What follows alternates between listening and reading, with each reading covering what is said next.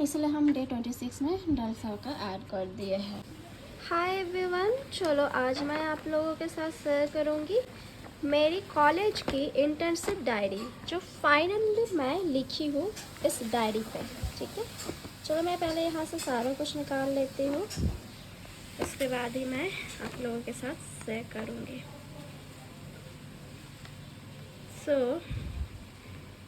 अभी बारिश का मौसम है, इसलिए मैं सारा कुछ इस फाइल में डाल के रखी हूँ ताकि कहीं भीग ना जाए।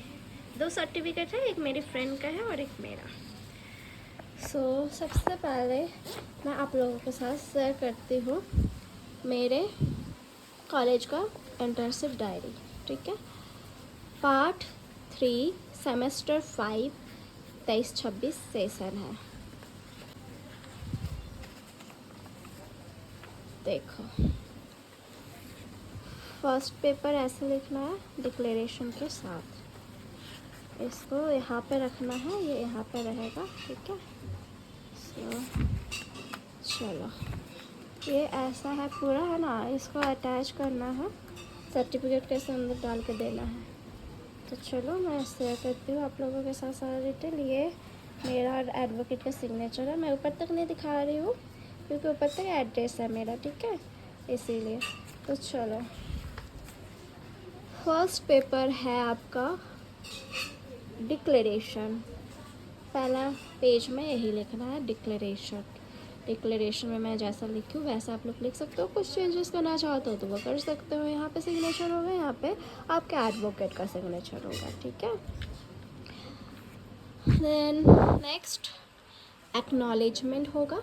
एक्नॉलेजमेंट में आपको इस तरह से लिखना है, थैंक यू पुष्पनंदी, इस तरह से। ठीक है, तो आप अपने हिसाब से लिख सकते हो, मतलब मैं एक आइडिया दे रही हूँ कौन से 3 पेज लिखना सबसे ज़्यादा इम्पॉर्टेंट होता है।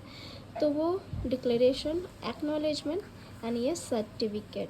ठीक है, ये आपका मेन होता है। देखो सर्टिफिकेट लिखा हुआ है, ये लिख के आपको अटैच कर देना है साथ में ये सर्टिफिकेट। ओके, ये सर्टिफिकेट आपको अटैच करना है और पूरे 1 मंथ की 1 से 30 तारीख तक हमने किया था तो वो लिखना है। अगर आप करोगे 2 से स्टार्ट तो 2 से 2 कर देना। जैसे 8 तारीख से बात करें स्टार्ट किया तो 8 तारीख, 10 तारीख से किए हैं तो 10 से 10 कर देना। लेकिन हमने 1 तारीख से स्टार्ट किया था तो ये 1 तारीख से है। तो हम कोर्ट में जो भी नोट किए हैं वो सारी चीज़ें यहाँ पे लिखे हैं अच्छे से। देखो, डे 1 से है, district court Ranchi Jharkhand, court visit का है ये। ठीक है, तो मैं इस तरह से लिखी हूँ डे 1 का। डे 2 का भी है बगल में, देख सकते हो, ये अच्छे से आपको दिखा, कोर्ट विजिट, होप दिख गया होगा, राइट। अब डे 2 का है,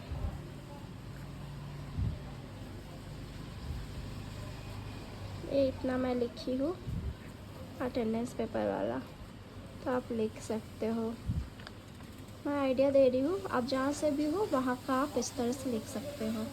डे 3 का पिटिशनर इस इन जेल कस्टडी का था, तो ये मैं रेगुलर बिल का जो भी डिटेल था मैं लिख दी हूँ, आप लोग देख सकते हो। देखो, एंड 4th डे का ऑब्जर्वेशन हुआ था तो वही मैं ये सेशन जो भी काउंसलिंग सेशन ऑफर है ये पढ़ के आप लोग लिख सकते हो। ठीक है, डे 5 में इस तरह से डे 5 का जो हम लोग किए थे नोट डाउन या जो हम लोग देखे थे वो सारा हम यहाँ पे लिख दिए। सबसे पहले तो आपको रफ में लिखना है, जो डायरी का वीडियो मैं शेयर की थी पिछले वीडियो में, वैसा आप लोग एक डायरी रखना और वैसे आप रफ में पहले लिख लेना, उसके बाद आप फेयर करना। ठीक है, डे 6 का है ये, बस इतना ही था। डे 6 का, 5-6 का तो हम ऐसे ही लिखे। एंड वकालतनामा के बारे में 7 डे को बताया गया, तो हम वकालतनामा के बारे में यहाँ पे लिख दिया है पूरा। डे 8 को हम लोग गए थे बुंडूकोट रांची में, बहुत ही अच्छा था। रांची से कुछ किलोमीटर तो दूर था, मतलब 1-1.5 घंटे का रास्ता था, 1 घंटे का रास्ता था। तो हम लोग पहुँच गए थे टाइम से। एंड फिर वहाँ का ज़मीन वाला जो केस था उसके बारे में मैं ये लिखी हूँ इस तरह से।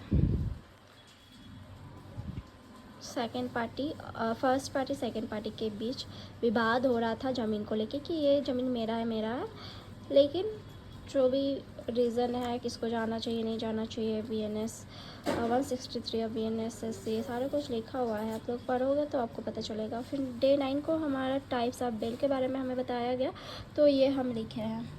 डे 9 को हमें बेल के बारे में बताया गया कि किस किस प्रकार की बेल होती है। तो उस दिन का जो हमारे पास केस आई हुई थी सीनियर सर के पास, वो था रेगुलर बेल, जो मैं आगे भी लिखी हूँ, ठीक है। ये वाला कहाँ गया, वो आप लोग चेक कर लेना, इधर ही मैं लिखी हूँ। हाँ ये वाला शायद था, हाँ ये है।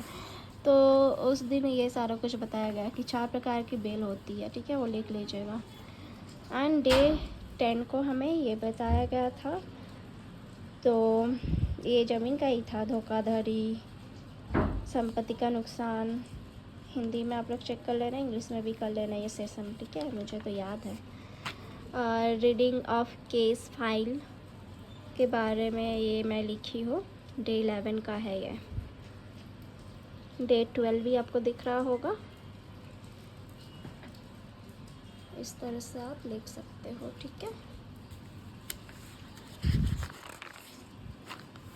लीगल नोटिस के बारे में बताया गया था डे 13 को, तो हम लीगल नोटिस के बारे में लिख दिए, मतलब फॉर्मेट लिखे है कि किस तरह से लिखा जाता है। लीगल नोटिस का फॉर्मेट इस प्रकार से होता है, तो आप लिख सकते हो। फिर था day 14 filing of court fees.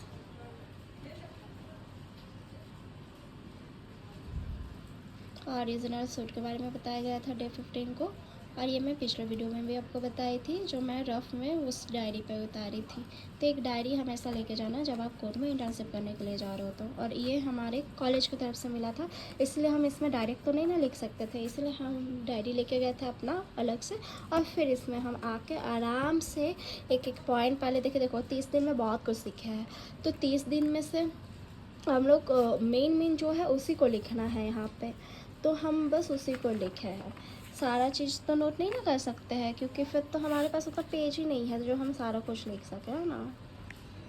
फिर एफिडेविट के बारे में है ये, day 16। Day 17 plain and writing statement, sorry plain and written statement, pleading plain written statement, order pleading, ये दोनों है। Day 18 how to draft a legal notice, step 1 2 3 4 5 6 7 तक है। देखो दिख रहा है अच्छे से आप लोगों को, 7 तक। अब है डे 19। डे 20 का है, ये पॉस्को का केस था जिसमें रेप हुआ था, रांची का चुटिया का ये केस है, और दोनों बच्चे नाबालिग थे, लड़का भी लड़की भी, पॉस्को एक्ट है, ठीक है। चिल्ड्रन लिखा हुआ है, नाबालिग थे दोनों, एक 16 एक 15 ऐसा कुछ था एज। डे 21 चेक बॉन्स का था ये, तो उसमें लीगल नोटिस भेजा गया था जो यहाँ पे मैं लिखी हूँ। डे 22 ये डॉक्यूमेंट्स के बारे में, लैंड का, उसमें क्या क्या डॉक्यूमेंट्स ऐड, हाँ तो ये लैंड रिलेटेड केस का जो भी डॉक्यूमेंट्स चाहिए होता है उसमें अटैच करने के लिए, वो सारा कुछ यहाँ पे लिखा हुआ है, चेक कर सकते हो। बाकी डे 23 का डॉरी का था, दहेज, ठीक है। दहेज के बारे में जो भी यहाँ पे मैं लिखी हूँ, उस दिन केस आया हुआ था कोर्ट रूम में, हम देखे थे तो वो हम लिख दिया यहाँ पे। Day 24 FIR and chargesheet process जो भी है सारा कुछ यहाँ पे है, देख लो, ठीक है, FIR का। अब ये है चाइल्ड कस्टडी, मतलब शादीशुदा जो भी औरत थी और उनके जो हस्बैंड थे, उन लोगों के दोनों के बीच में ऐसा हो रहा था कि नहीं बच्चा हम रखेंगे, बच्चा मेरे पास आना चाहता। लड़का बोल रहा है और लड़की बोल रही है नहीं, जब लड़का कुछ कमाता ही नहीं है, कुछ नहीं करता है, तो फिर वो किस तरह से बच्चा को पालेगा। और तो फिर कोर्ट में बोला गया इस तरह से नहीं होता है, बच्चा को लेके आना पड़ेगा कोर्ट में। बच्चा जिसके पास रहना चाहेगा, अपनी मर्ज़ी से जिसके पास जाना चाहेगा, वो उसी के पास रहेगा। तो बच्चा को लाना है, मम्मी पापा दोनों में से जिसके पास उसको रहना होगा वो बोलेगा कोर्ट के सामने, और उसी को फाइनल माना जाएगा। तो ये चीज़ नहीं है कि नहीं आपके पास पैसा नहीं है तो ये नहीं है तो वो नहीं रह सकता बच्चा, तो ऐसा कुछ नहीं है, ठीक है। वो बच्चा को लाना पड़ेगा, वो जिसके पास जाना चाहेगा उसी के पास रहेगा, मम्मी या पापा। एंड फिर डे 26 डलसा विज़िट का है। हाँ, तो डलसा के बारे में सारा कुछ लिखा हुआ है, इस तरह से देखो। हम लोग जो भी नोट डाउन किए थे वहाँ पे जाके हम लोग यहाँ पे उतारे हैं, और वही चीज़ आप लोगों को दिख रहा है, ठीक है। सो ये है डलसा का। डलसा हम लोग विज़िट किए थे, हम लोग बहुत दिन पहले ही डलसा विज़िट किए थे, लेकिन देखो ज़्यादा पेज है नहीं, इसलिए हम डे 26 में डलसा का ऐड कर दिए हैं, ठीक है। ये 26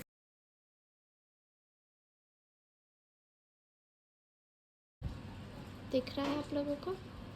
पॉज करके स्क्रीनशॉट लेके जैसा मैंने आप लोग को लिखने का लिख सकते हैं। बस ख़त्म हो गया। इसमें पेज में मैं सोच रही कुछ लिख ही दूँगी, एक ही पेज खाली है तो देखते हैं, बाद में ऐड कर देंगे। तो आज के ब्लॉग में इतना ही था। अगर आप लोगों को मेरा इंटर्नशिप डायरी का जो भी इंफॉर्मेशन मैं आपको दी हूँ वो अगर आप लोगों को पसंद आया है तो प्लीज़ मेरे चैनल को सब्सक्राइब कर देना, मेरे वीडियो को लाइक करने ना भूलें, और वीडियो कैसी लगी आप लोग कमेंट में ज़रूर बताना। और भी कोई वीडियोस चाहिए होगी, कोई हेल्प चाहिए होगी तो उसके लिए आप लोग कमेंट ज़रूर करें, ठीक है। तो चलिए मिलेंगे हम लोग नेक्स्ट ब्लॉग में, तब तक के लिए bye bye, tata, take care.